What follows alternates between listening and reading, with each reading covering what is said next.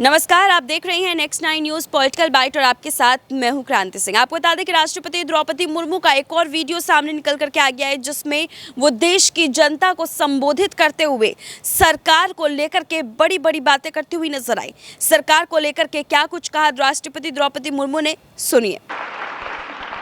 अंतर्राष्ट्रीय दिव्यांगजन दिवस को मनाने का उद्देश्य दिव्यांगता से जुड़े मुद्दों के बारे में जागरूकता को बढ़ावा देना, उनके लिए एक स्वस्थ वातावरण बनाना है ताकि वे एक सम्मानजनक जीवन जी सके।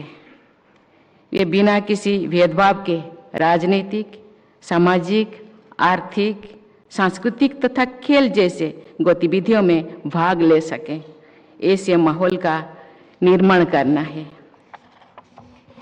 मैं आज पुरस्कृत सभी व्यक्तियों को और संस्थानों को बधाई देती हूँ। ये पुरस्कार आपको दिव्यांगजनों के जीवन में सकारात्मक परिवर्तन लाने की दिशा में आपके उत्कृष्ट योगदान को मान्यता देने का एक प्रयास है। मैं आशा करती हूँ कि अन्य संगठन और व्यक्ति आपसे प्रेरणा लेंगे और आपका अनुकरण भी करेंगे। देवियों और स्वजनों, संयुक्त राष्ट्र के आकलन के अनुसार पूरे विश्व में 100 करोड़ से अधिक दिव्यांगजन है, यानी विश्व में लगभग हर 8वां व्यक्ति किसी न किसी रूप में दिव्यांगजन है। भारत की भी 2% से अधिक आबादी यानी 2.5 करोड़ से अधिक लोग दिव्यांगजन है। ये संभव है कि आप में से हर कोई किसी न किसी रूप में एक दिव्यांगजन से परिचित होंगे, उससे जुड़ा हुआ होंगे। ऐसे ये सुनिश्चित करना हम सब का पूरे या समाज का दिव्यांग बनता है कि दायित्व बनता है कि सभी दिव्यांगजन स्वतंत्र रूप से एक गरिमामय जीवन व्यतीत कर सकें। सभी दिव्यांगजनों को अच्छी शिक्षा प्राप्त हो, ये अपने घर और समाज में सुरक्षित रहे, उन्हें अपना करियर चुनने की स्वतंत्रता हो, इक्वल एम्प्लॉयमेंट अपॉर्चुनिटीज हो, ये सुनिश्चित करना भी हमारा दायित्व है। देवियों और स्वजनों, भारतीय संस्कृति और परंपरा में डिसेबिलिटी को ज्ञान अर्जन और उत्कृष्टता प्राप्त करने में कभी भी बाधा नहीं माना गया है। आप सबने ऋषि अष्टावक्र की कहानी सुनी होगी। उन्हें अष्टावक्र इसीलिए कहा जाता है क्योंकि उनका शरीर 8 जगह से टेढ़ा था। वे एक तेजस्वी बालक थे। अल्प आयु में ही वे एक असाधारण विद्वान बन गए थे। ऋषि अष्टावक्र ने अनेक चुनौतियों के बावजूद अपने ज्ञान और दर्शन से समाज को प्रकाशित किया। उन्होंने अष्टावक्र गीता और अष्टावक्र संहिता जैसे महत्वपूर्ण ग्रंथों की रचना भी की थी। इसी तरह भक्ति साहित्य में महान कवि सूरदास भारतीय काव्य के गौरव है। उन्होंने जिस तरह नेत्रहीन होते हुए भी राधा कृष्ण के रंग रूप, श्रृंगार और सौंदर्य का सजीव चित्रण किया है, वो किसी नेत्र वाले व्यक्ति के लिए भी बहुत ही कठिन है। उनका बाल्य वर्णन विश्व साहित्य की उपलब्धि है।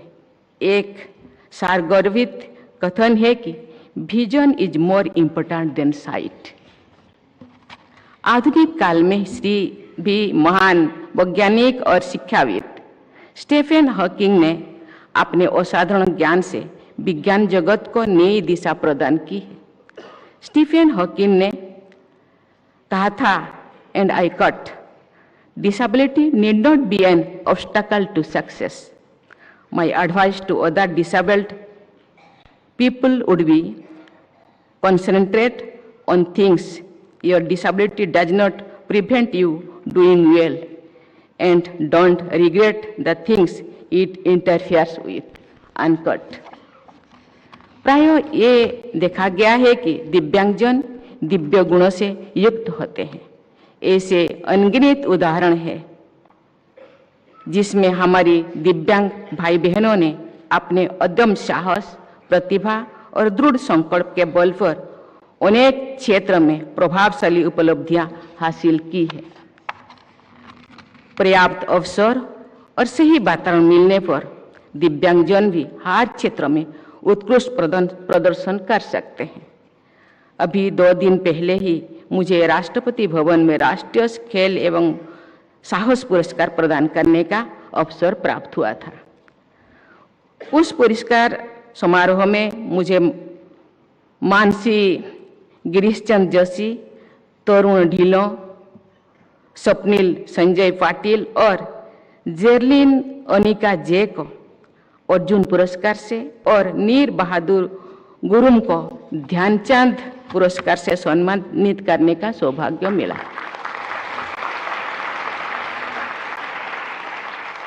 मेरा विचार में इन लोगों की ऊर्जा और सामर्थ्य किसी से भी कम नहीं है। टोक्यो पैरालंपिक्स में भी हमारे पैरा ओलंपियन ने अपना सर्वश्रेष्ठ प्रदर्शन करके इतिहास रचा है और भारत का गौरव बढ़ाया है। मुझे ये जानकर खुशी हो रही कि सरकार द्वारा ग्वालियर में एक दिव्यांग खेल केंद्र की स्थापना की जा रही है। उस केंद्र में दिव्यांग खिलाड़ियों के लिए शिक्षा के साथ साथ उनके प्रशिक्षण के लिए अत्याधुनिक सुविधाएं होंगी ताकि वे राष्ट्रीय और अंतर्राष्ट्रीय मंचों पर प्रतिस्पर्धा कर सके। आधुनिक चिकित्सा प्रणाली में कम आयु में ही दिव्यांगता की पहचान करने, उसका उपचार प्रदान करने और उचित पुनर्वास के लिए प्रौद्योगिकी और पर्याप्त क्षमता उपलब्ध है।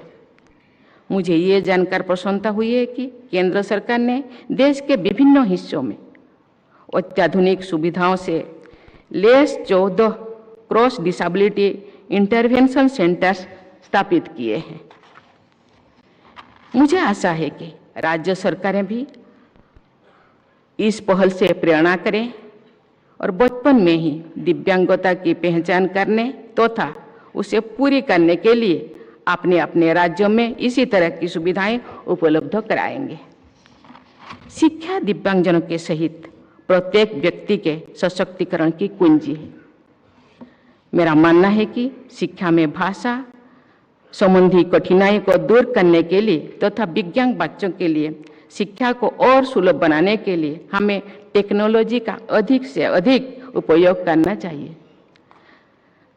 राष्ट्रीय शिक्षा नीति 2020 भी दिव्यांग बच्चों के लिए गुणवत्तापूर्ण शिक्षा के समान अवसर प्रदान करने हेतु सक्षम व्यवस्था की महत्व को रेखांकित करती है।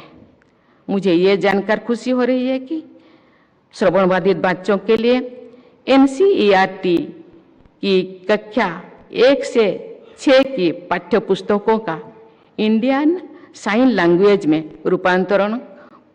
मुर्मू के इस बयान के बाद चारों तरफ जो है बवाल मच गया है, क्योंकि सरकार के ऊपर जो है हर किसी को भरोसा था और हर किसी को यही लग रहा था कि विकास का कार्य हो जाए। देश के अंदर चल रही इस गतिविधि को देख करके हर मुद्दे के ऊपर जो है वो प्रधानमंत्री नरेंद्र मोदी संज्ञान ले रहे हैं। उस बीच में राष्ट्रपति द्रौपदी मुर्मू की तरफ से इस बड़े खुलासे ने हड़कंप मचा दिया। फिलहाल आज के इस खास रिपोर्ट में बस इतना ही। देश दुनिया की तमाम बड़ी खबरों के लिए देखते रहिए नेक्स्ट 9 न्यूज़ पॉलिटिकल बाइट।